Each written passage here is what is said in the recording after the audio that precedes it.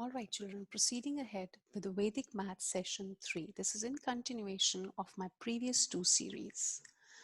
Multiplying the numbers when the numbers are of different bases. We haven't tackled any of these kind of questions as of now.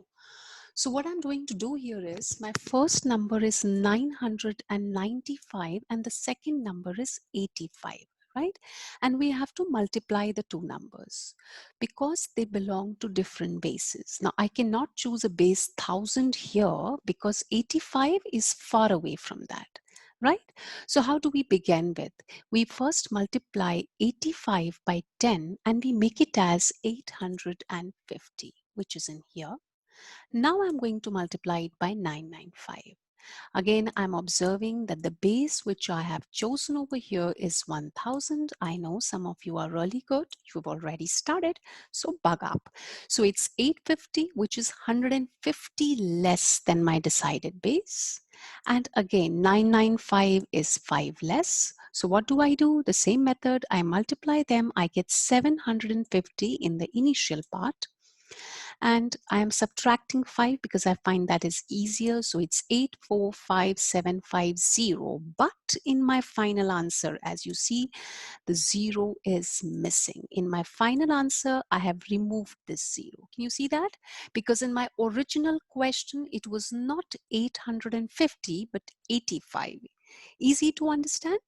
All right, very simple. Now we proceed ahead with the next example, which is example number 10. Again, we have 102 and we have 999. Now what I find here is, again, if I want to make 102 closer to a base, which is also closer to 999, I'm going to repeat my base. So I'm repeating the base. I'm choosing my base again to be 1000. All right, so that is my base, 1000. That's what I have chosen it to be. So if my base is 1000, 1020 is like 20 units more than that. So obviously it's a plus 20 here. And 999 is like a minus 1. When I multiply them, I get a minus 20. Perfectly right. Now I find this operation is easier. 1020 minus 1. So what do I get? I get 1019. But I have a minus 20. I have a negative 20 over here. So I need to adjust it, right? So for this, I mean, if you are seeing this video for the first time, I have clarified in my previous video, which we call as Vedic Math 2. So that video you can refer to. So what do? I borrow a 1 from here. So it becomes 1018. And that 1 is actually equivalent to 1000. You're getting it right? So that one which I have borrowed is 1000. So it's now 1000 minus 20, which is 980. Again, I need to be careful because this 0 I need to remove. In my question, it was not 1020, but it was 102. So we remove that 0 and this is my final answer. Right? There's an alternate method also, which you can see on the side screen of mine. So this one, right? So there is an alternate method. Another method is when you 102 is close to 100 and 999 is close to 1000. So what do? I multiply 102 by 9 and I get 918. Right? So then whatever answer that I'm getting, because I have initially multiplied it by 9, so I need to divide my final answer by, yeah, the whole answer. The whole of the answer is to be divided by 9 and you will observe that you will get the same answer. So somehow I don't feel like multiplying by 9 because, you know, when I'm doing questions, most probably when I'm using Vedic mathematics, I'm using them in questions for surface area and volume, where the calculation part is just a part of my question. I mean, it's not the whole question, right? So multiplying by 9 and then dividing by 9 is adding further problematic situations. So I prefer not to do it while I'm doing my sections, my classes. But this is, yeah, this is the way it has been mentioned in the book on Vedic maths. All right.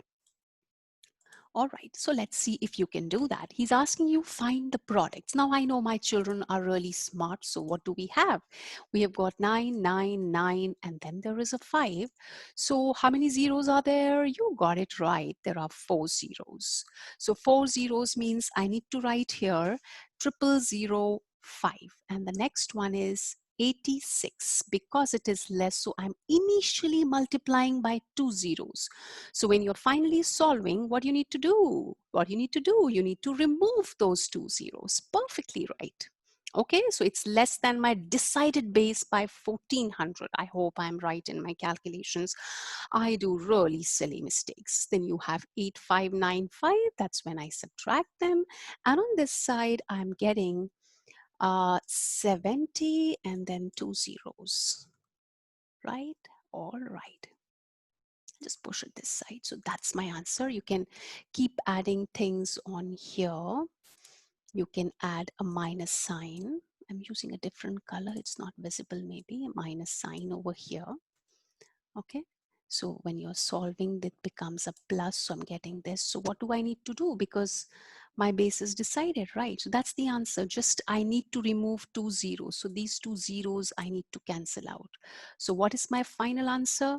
I would say my answer is 8595. I know many of you are done. My children are really smart. That's my final answer. If you're done, you can pick up the next one, which is 997 into 73. So again, I write 997. How much less is it? It is minus 003. 3 zeros, right? So I need to have 3 places over there.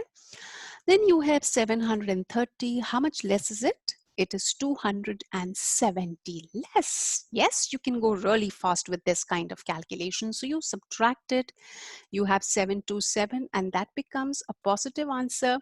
Those of you who are very good with the powers can get it right at 810. And the final answer says you just need to get rid of this 1 0. Why? Because it was not there in my initial question. Right? So how do I write it? I would say, yes, my answer is 727 and 81. Got it right. Perfectly correct. So we got one correct and we got the second one correct. All right, you're getting tired? No. Okay, perfectly correct. Next, we move on to the next one, which is 1005. So when I pick up 1005, what do I say? It is 5 more.